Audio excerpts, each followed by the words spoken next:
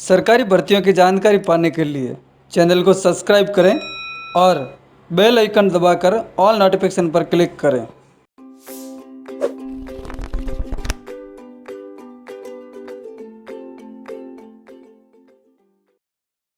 Computer के उपयोग परिचय। हेलो बच्चों, आज की कक्षा में आपका स्वागत है। जैसा कि आप जानते हैं, कंप्यूटर हमारे जीवन में व्यापक हो गए हैं। कंप्यूटर और उससे संबंधित उपकरणों के बिना हमारे जीवन की कल्पना करना भी मुश्किल है। इंजीनियर से लेकर डॉक्टर, विद्यार्थी, प्रशिक्षक, सरकारी संस्थाएं सभी कंप्यूटर का इस्तेमाल कर विशिष्ट कार्य करते हैं। कंप्यूटर हमारे जीवन का एक अभिन्न अंग बन चुका है और इसने हमारे जीवन को आसान, सरल, कुशल और उत्पादक बना दिया है। सूचना प्रौद्योगिकी से उद्योग और व्यवसाय एक नए मकाम पर पहुंच चुके हैं। इस अध्याय में हम विभिन्न क्षेत्रों में कंप्यूटर के उपयोगों के बारे में जानेंगे। इस अध्याय में कवर किए जाने वाले मुख्य क्षेत्र हैं घर, व्यापार, शिक्षा, चिकित्सा, ई प्रशासन, ई कॉमर्स, बैंकिंग और यात्रा। उपयोगी टिप्स।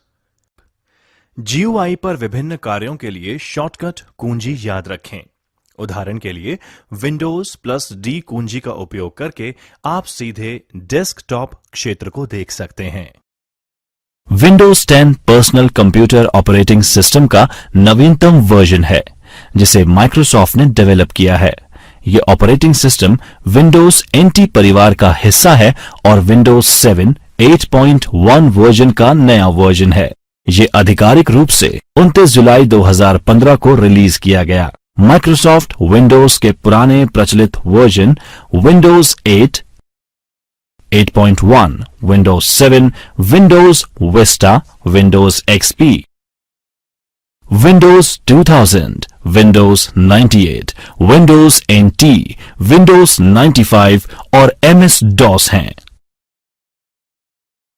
कंप्यूटर को बूट करना। कंप्यूटर को शुरू और रीस्टार्ट करना बूटिंग कहलाता है।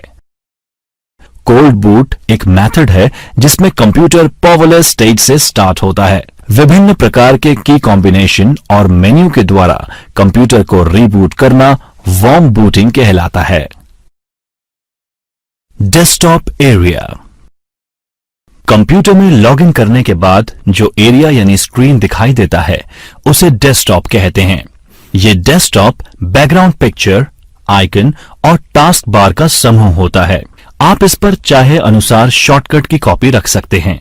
डेस्कटॉप का वॉलपेपर भी परिवर्तित कर सकते हैं तथा और भी बहुत सारे कार्य कर सकते हैं। Task bar. यूजर इंटरफेस के स्क्रीन के नीचे की ओर बॉटम में एक बार होती है जिसकी कई विशेषताएं होती हैं। माउस बटन को दबाए हुए ड्रैग करने पर इस बार को किसी भी इच्छित किनारे यानी एज पर ले जाकर छोड़ने पर बार उसी जगह मूव हो जाती है। इस बार को टास्क बार कहा जाता है। इस बार में स्टार्ट मेन्यू, जो कि हार्ड ड्राइव में स्टोर एप्लीकेशन का शॉर्टकट है, वो होता है। आइकन एक छोटी पिक्चर जो कि एक प्रोग्राम, फोल्डर अथवा प्रोग्राम फंक्शन को रिप्रेजेंट करती है, आइकन कहलाती है। डेस्कटॉप पर उपलब्ध इन छोटी पिक्चर्स को किसी टेक्स्ट के द्वारा एक नाम दिया जाता है जिन्हें आइकन कहा जाता है। आइकन्स सामान्यतः प्रोग्राम को रिप्रेजेंट करती हैं, परंतु कई बार ये डेटा के समूह को भी प्रदर्शित करती है। आइकन पर डबल क्लिक करने पर उस आइकन के द्वारा प्रदर्शित प्रोग्राम या सामग्री को आप देख सकते हैं।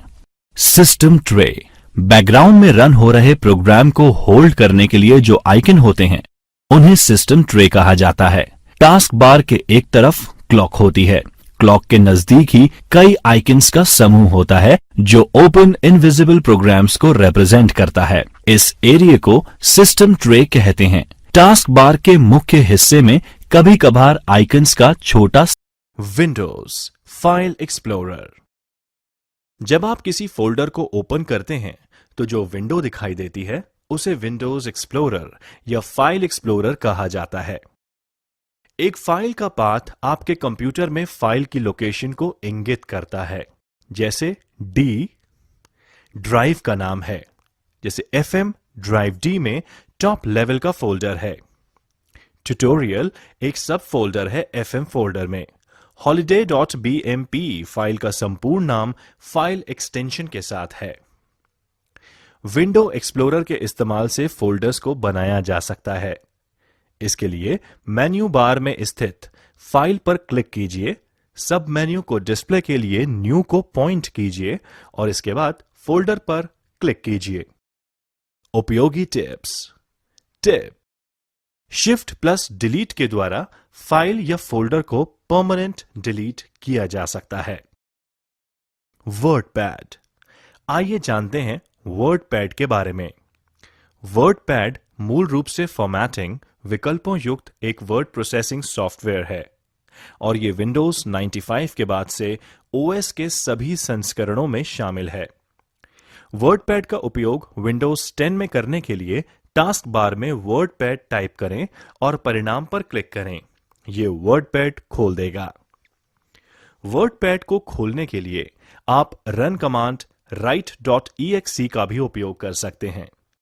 प्रेस विन की प्लस R अथवा write.exe या wordpad.exe और एंटर दर्ज करें।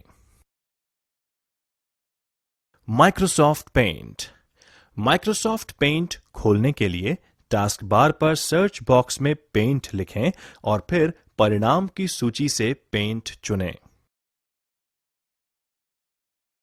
Typing practice.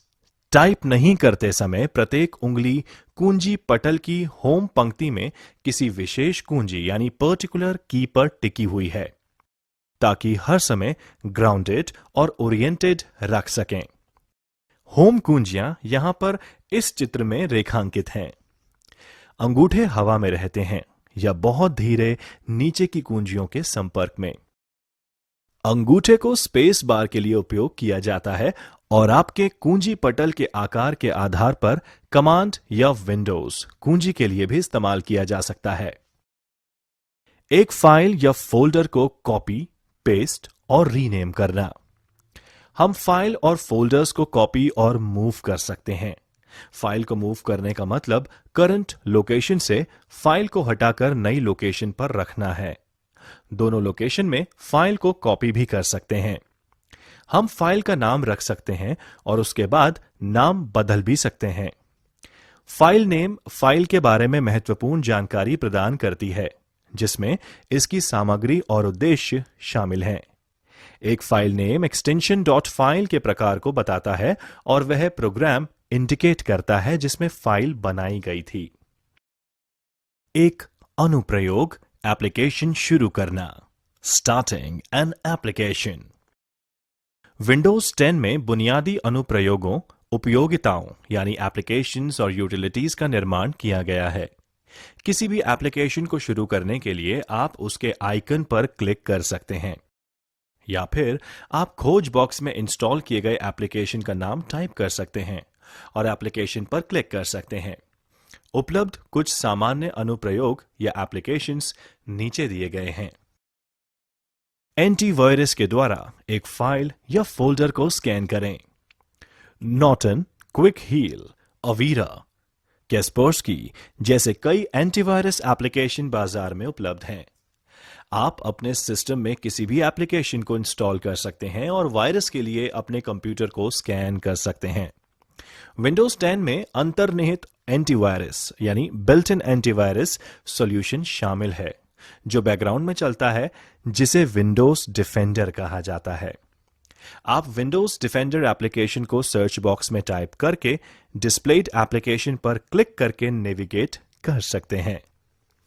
जब GUI खुलता है तो कस्टम स्कैन चुनें और फिर स्कैन करें बटन पर क्लिक करें। अब वह फोल्डर चुनें जिसे आप स्कैन करना चाहते हैं और फिर ओके पर क्लिक करें।